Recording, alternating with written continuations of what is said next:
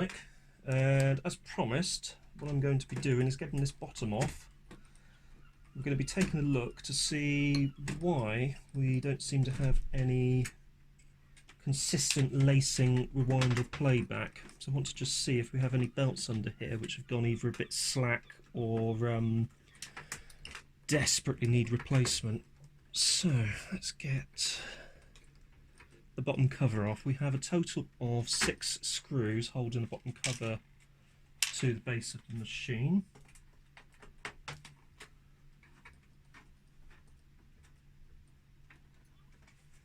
So we've got another 3 here, another 1 there, and 1 over here. Oh, that one's quite stiff actually. There we go. And there we go. And yeah, it looks. Main thing is it's, well, apart from there, it's pretty rust free. This is common with Panasonics of this era. You've actually got the entire board on the bottom is joined by this metal panel. So you've got one board here, another board here. And Panasonic are always quite handy, so they actually show you, like a lot of other manufacturers do, but I'll be honest with you, I first noticed it on Panasonic decks. It actually shows you what each section does. So this is a servo board. This one is, I'm guessing this one's video processing. Yeah, Palcombe balance, NTSC APC. There's 4.43 megahertz frequency setting over there. PBFM level, record FM level, dark clip, white clip. Yes, so that is all of the video control for the picture itself. So we've got these red screws, which I think, if I remember rightly, hold the board to the actual gubbins, guts of the machine itself. Levers up at the back, levers up at the front here, and should allow us to sort of gain entry to the bottom of the deck itself. So if we lift it like that, you can actually see we're snagging somewhere. So when that tends to happen, let's just carefully look around and see where you might be snagging. So the whole lot will come up like so, and we're snagging on these switches at the front. So if I remember rightly, we need to release these ones at the back as well. So the gold screws hold in this metal frame assembly. The red screws hold the circuit board to the chassis of the machine itself.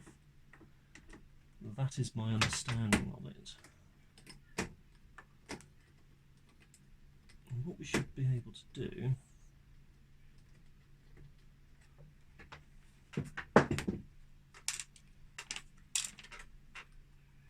is, yeah, there you go, so that will move up out the way. Oh, a couple of red ones here. That's a very Somerset thing to say. A couple of red ones here that should come out of the way. Not surprising, since I've lived in Somerset all of my life. You do sort of pick up slight twangs of the West Country accent. Come into the back there, and up. Oh, there you go. There we are. That's a nice looking board. A couple of delay lines here. This here, that's unusual. I haven't seen this on the PAL versions. That's different. Not even sure what that does, to be honest. It's shielded, so must do something pretty vital that requires shielding. What's nice about these is all of these chips are Matsushita chips, pretty much.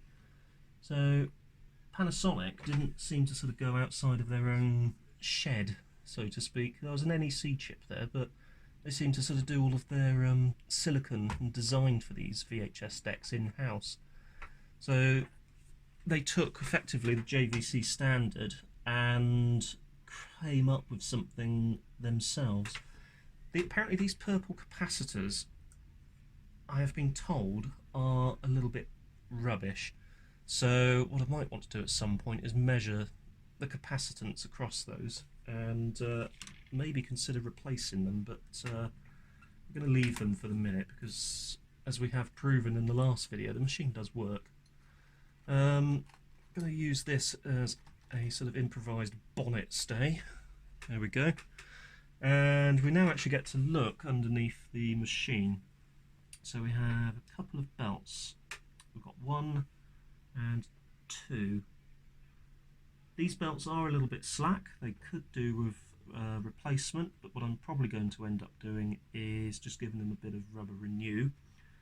This motor here, which I'm spinning at the moment, is the head drum. This is the main motor for the take-up spool. This, another motor in its own right, is the capstan. So this was a big thing that Panasonic had back in the day, was their VHS decks came with 3 motors, 1, 2, 3.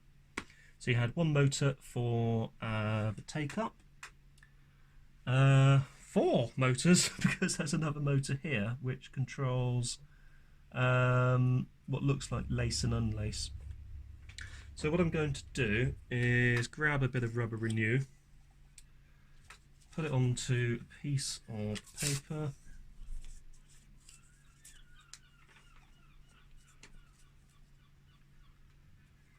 that's nicely saturated, and I'm going to unloop this, loop this over like so, and literally just pull this belt through gradually, and the rubber renew all over the belt, so it will hopefully soften up the rubber, clean off any gunk that may be present, and with luck restore some of the grippiness to the belt so it does actually work.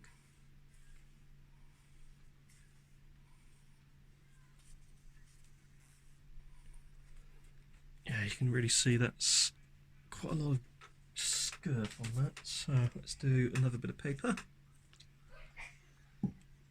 Same story with the belt again, hook the paper over and gently pull like so.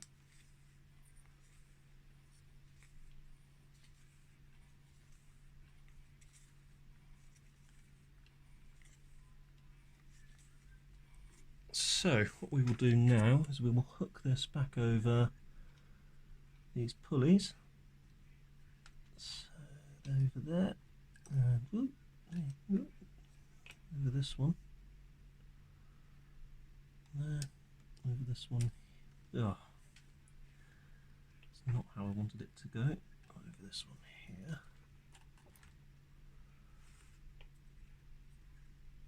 Gently rotate those. That's actually, yeah, that's actually in the process of lacing the tape. We want to do that, so let's put that back.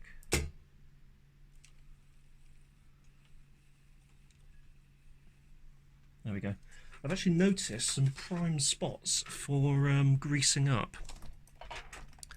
So if we focus down into this section of the machine, see if we can get the tripod closer, you can see in there, if I rotate this, a number of very juicy looking cogs in there which do have old grease on them. This little idler here, there. So what I'm going to do is to blob on down in here, nice big blob of grease, rotate around,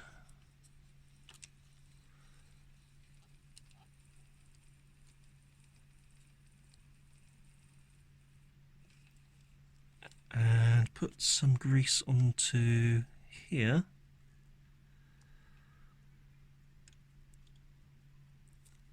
A little bit of grease down onto this one.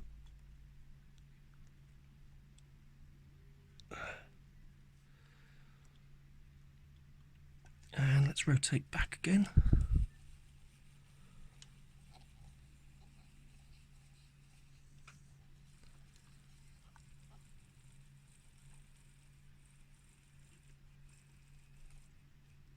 Actually, that there. No, I've got a bit on the rubber belt. That's not good.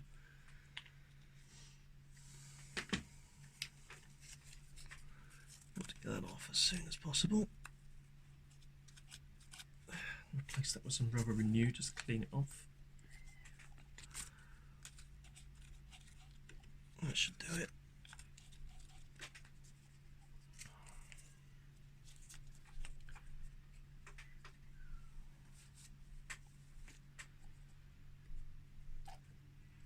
So we've got that lubricated. I've noticed there is another cog down in the depths of the unit, which I might not be able to get to. Let's see if we can get in there with a pinky finger.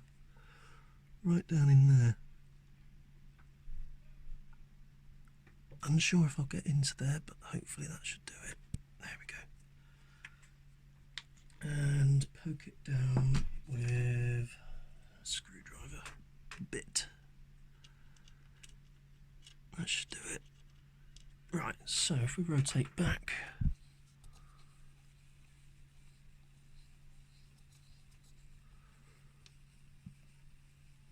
by proxy, a lot of these should actually get covered in grease naturally as the machine gets used. Have another little belt here, so I've just got a bit of grease on that. Rather stupidly, let's get some rubber renew on the case.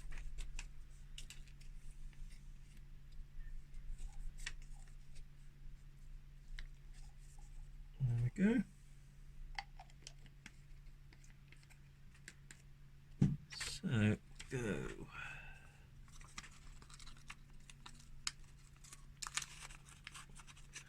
What I'm going to do is plop it over like so, and as I rotate this gently, I should be able to cover the belt.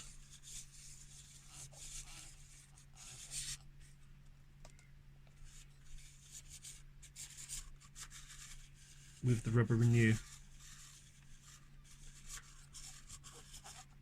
Back again.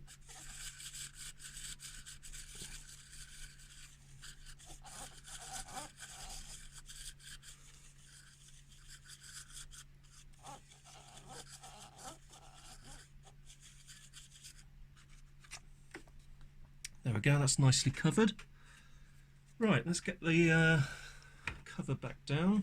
So, down, and move the tripod back a little bit. Aim there we go. And pull back like so, and that should pop down at the back like that. There we go. So what we should have is everything nicely tucked in at the front. And we want to get our red screws back on the case. We do have a number of long ones which go at the front, I think. So yeah, here, here,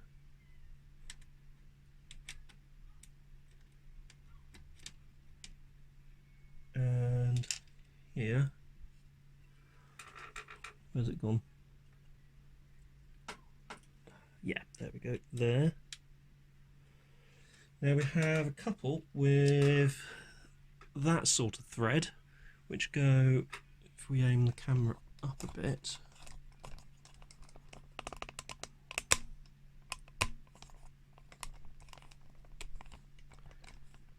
that's better. So they go here, so tighten that off gently, there we go. So they go into here. I need our screwdriver bit. There we go. Do these gently by hand.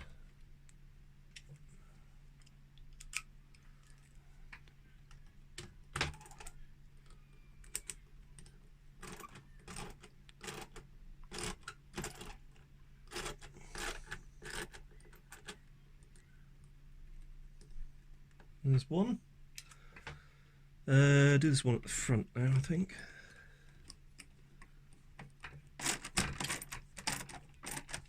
There we go. This one here. There. This one here. There we go. And there's one up the back here, which is another of the finer threaded ones. Just go near this RF shield.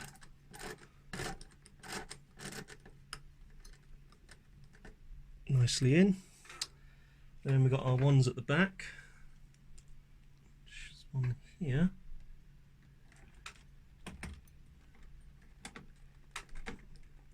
Brings everything, nips it all down nicely. And we've got one over here.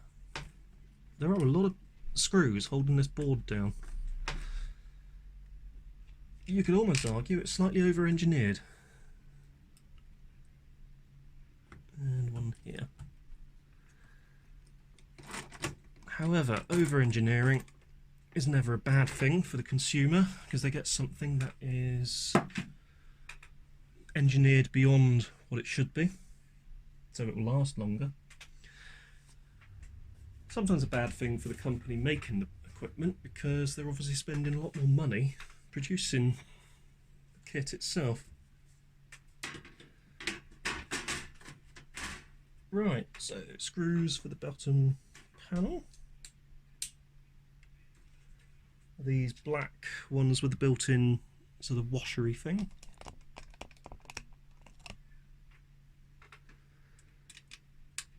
So we want to get all of them in finger tight. Obviously, if you need to shift the panel around to make some fit, you haven't tightened down any ones that you may need to actually end up moving. So we'll get all of these in place, like so.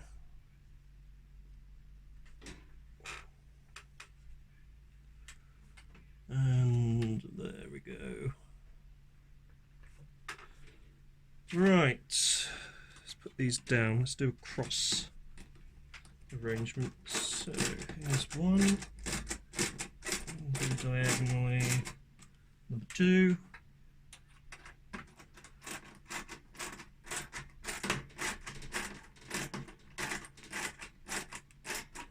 Number three.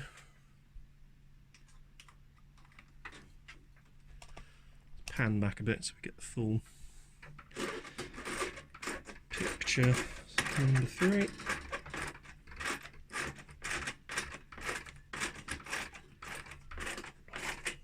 Four.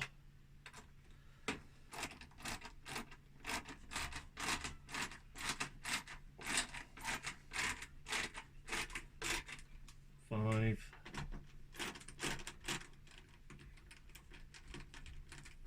Six.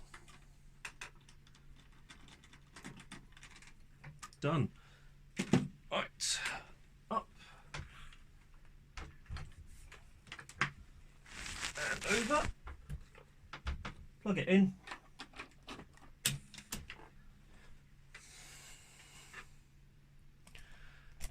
Put in a tape, see what happens.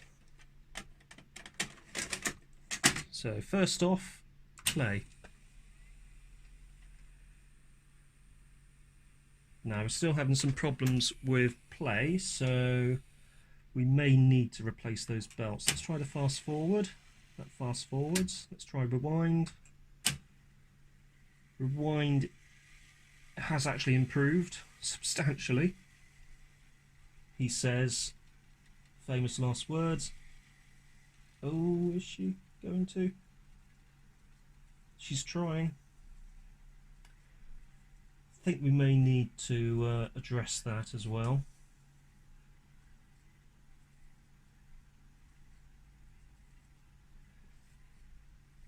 I'm going to try a little trick.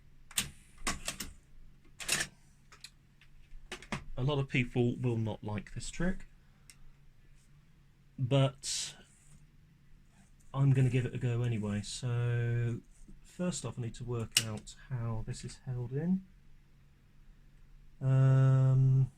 one, I'm guessing it's going to be these red ones holding this in.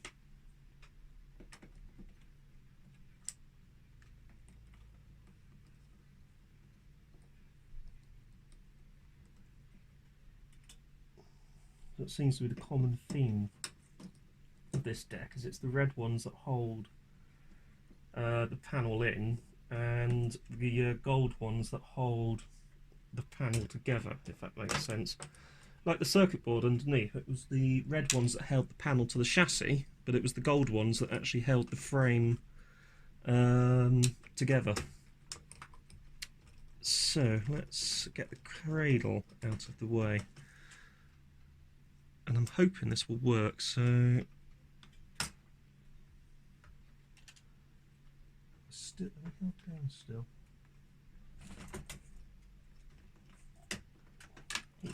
Still nothing actually. There we go. Have a look at that mechanism. What is that? Ah, the mechanism for making that nice and gradual is not actually there. Right, so let's move that out of the way. Vacuum cleaner again on the action.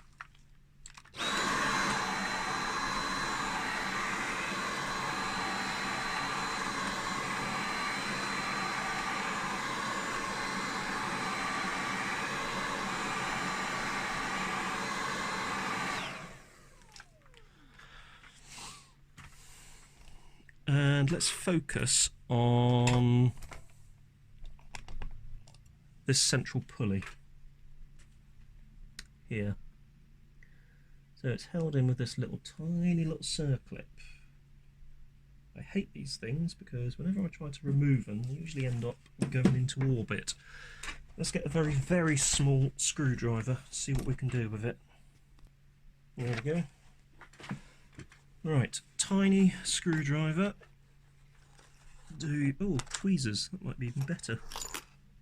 I do have a tiny screwdriver as well, but tweezers may be a good start because I can take hold of there. Actually, rotate that.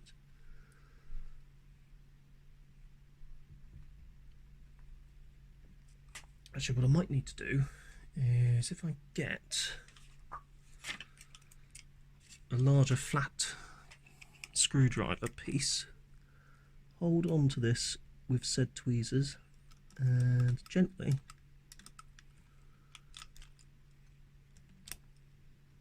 push this out like so. So, oh, that is quite well in actually. Come on, you've only been on here nearly 40 years.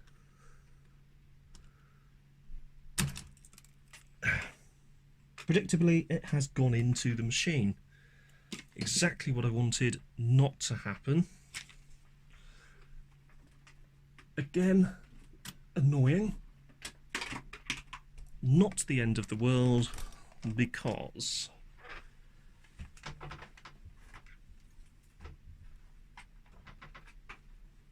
you know it's in the machine.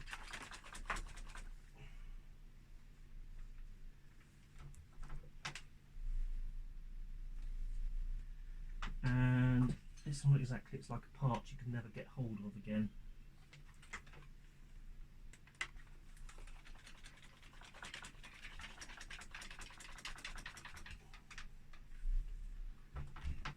Shaking it doesn't seem to have released it in quite the way I hoped, although some other bits of rubbish have come out, which is good.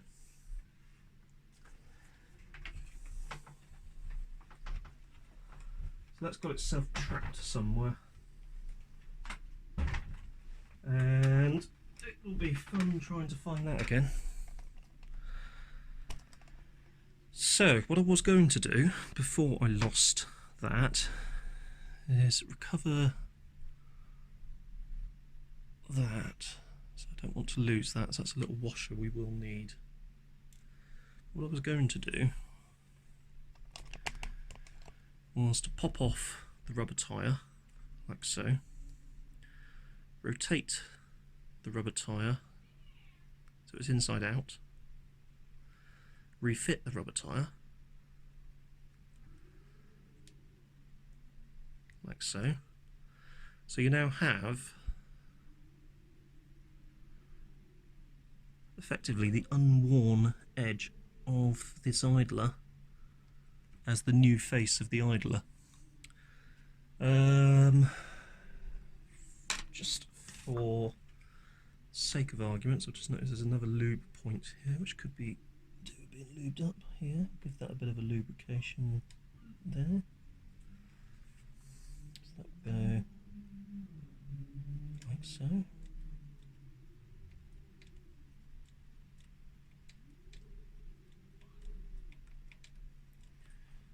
We will see if we can find that circlip. So I'm going to pause the video whilst I have a hunt for this.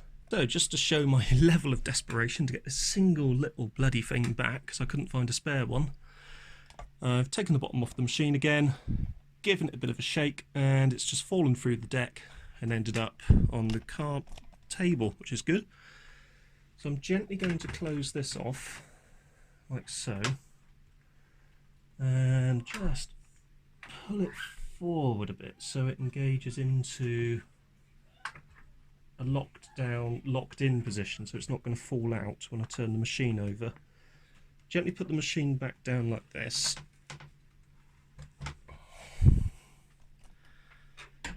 Focus on the pulley area. Fit the pulley onto there, the idler. Get the little circlip over here. I'm hoping I should be able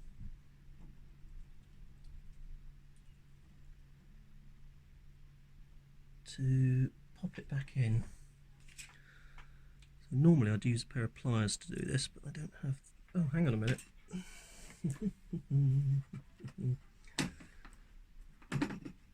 These will do the job. They're perfect. Needle nose pliers. So a pair of needle noses. Careful not to squeeze the skin. Grab it gently. There we go. Move those over so you get to about the middle. There is a much easier way to do this, I know, if I had the proper tools, but there you go. Easy as that. And now we can go about reassembling the machine. I won't bore you with that, so I'm going to pause the video again and we'll come back to that in a second when we have a reassembled machine. So I've given it a quick test. It doesn't seem to be lacing properly still. So what I'm going to do with the bottom flap here off is we're going to watch it whilst it laces, because I've got a feeling these belts are probably slipping, which wouldn't surprise me as they are quite slack. So if we hit play, so you got, yeah, that motor is still spinning. So you hit play,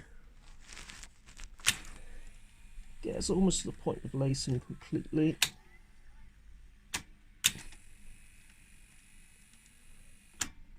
So let's try that again. So we go play.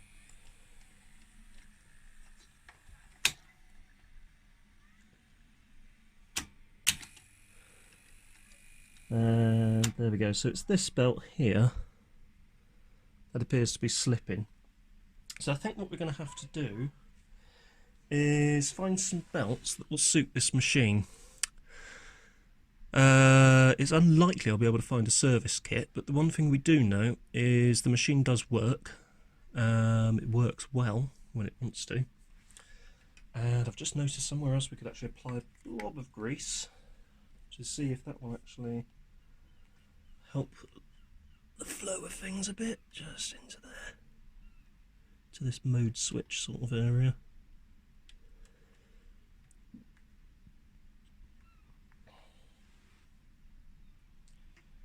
Try that again. Small finger. There. I've got that all over the belt as well. That's a bit silly. Where's my head cleaner gone? There it is.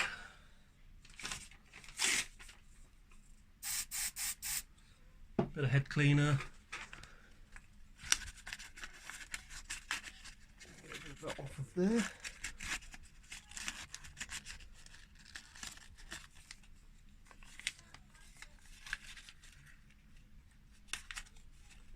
There we go, that should do that.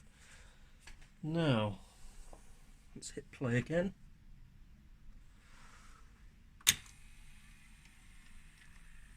So it's stopping there.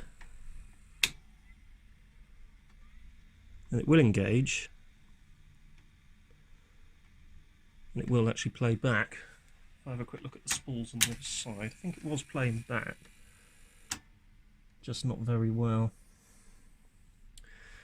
What I'm going to do is hit play again and get some grease into that little cog whilst it's on the move.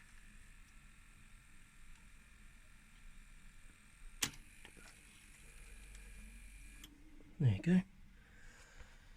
Right, let's see if I've got any belts that will actually fit this.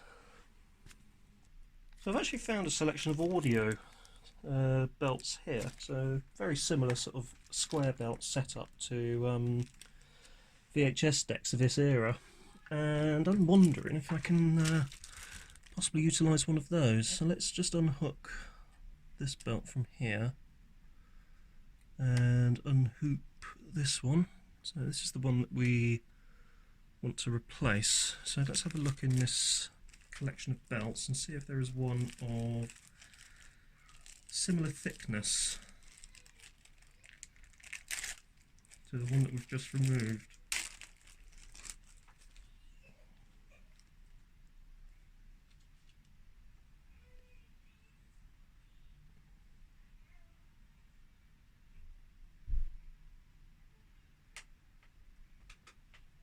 They're a similar size in diameter, but they're way too thin, as you can see. I'm going to try something a bit budget until we actually get a new belt, so we can actually measure up the old belt. And what I'm going to do is to pop in this first belt, like so. If it'll go in, go straight down onto there. Go on, you know you want to. There you go. Okay, do that as well. That also doesn't work for me.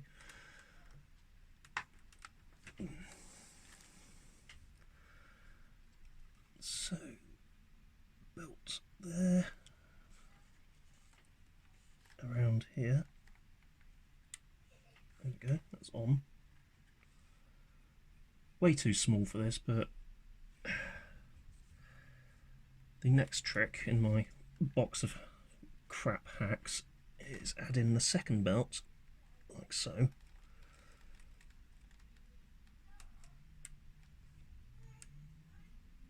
In my selection of rubbish ways of making things work, and a third belt for luck.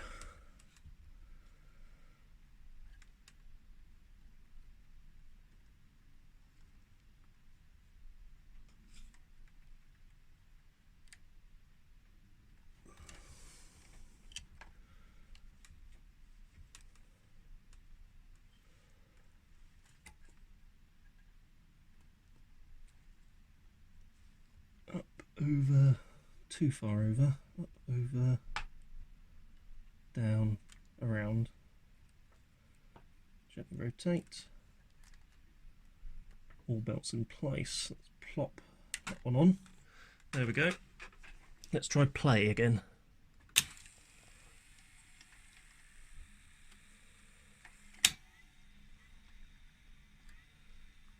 Oh, it did it, not very happily though. Try that again. So, play.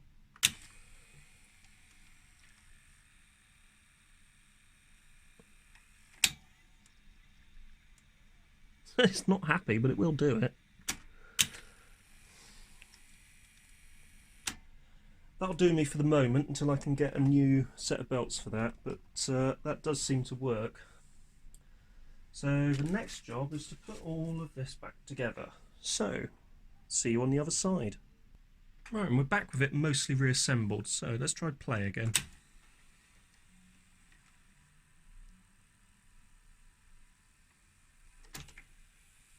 Oh, it nearly got there. Right, rewind. Yeah, not great. Let's try to fast forward again. Fast forward's fine. It needs new belts and well, new belts basically. That is all that's wrong with this machine now. So I'm going to fast forward it anyway. So it seems if we've got less on one spool than the other, it does seem to want to lace better, obviously because there's probably less tension, so it can go on easier. So let's stop there, try play now. Go on. Oh, close. So close, it was almost there. Let's try that again.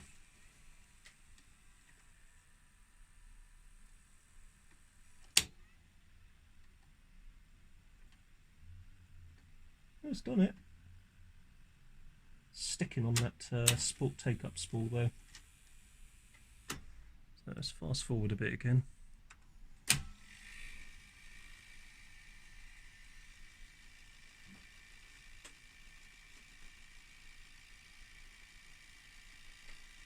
And stop and play. Go on, go on, go on.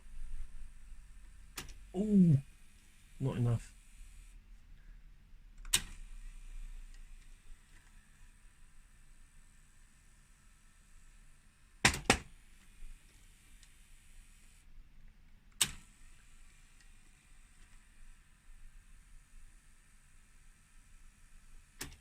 Yeah, it definitely needs new belts. I don't think there is any bodgery or any further things that we can do to that to try and get that working. We've tried rubber renew.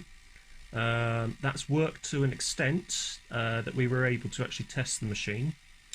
We've got this belt here, which is very dry and not in the best of shape, so I'm certainly going to try and source another one of those. We've got the large drive belt underneath, which I'm going to try and source another one of those as well. But on the whole, it is working, which is good. And this isn't bad for a machine that has been pretty much dormant for the past 10 years or so. It's in a much better state than what I left it in. We do actually now get a picture, which is good. But we are at a point now where I think we've done all we can with trying to sort of bodge it, or try and sort of coerce it into working with the old parts. And we are at a point where we're going to need to get some new parts on this. Drive belts and possibly idlers as well. So that's actually slowing down. I don't know if that's a feature of the machine or if it is the idler is struggling. I think it's the latter. And now it's started to rewind. I'm actually going to leave it rewinding now because I'm wondering if that will actually exercise the idler slightly. So we've actually got that rewinding quite nicely. Let's actually try playing it. Yeah, that's not going to play. It does give it a go though, so that's good. So let's see if we can rewind the tape. And whilst we're rewinding it, I think that'll be that for today. If you have enjoyed, let's do a face. One of these. Yes, I do need a shave. If you have enjoyed this video, don't forget to hit that like button. Also consider subscribing for more upcoming fascinating hobbies. Don't forget to ring the bell. Don't forget to subscribe. Subscribe, it does help. Gives me the enthusiasm to create more content, so definitely subscribe. If you have got to the end of the video, brilliant. A lot of YouTubers actually say a silly word at the end to prove that you have gotten this far. And dedicated viewers are sort of asked to put that word into the comments. So, just looking at, oh, pie, spelled P-Y-E, pie. That's the word of the day, pie. Anyway, thank you very much for watching. See you next time. and that was really smooth.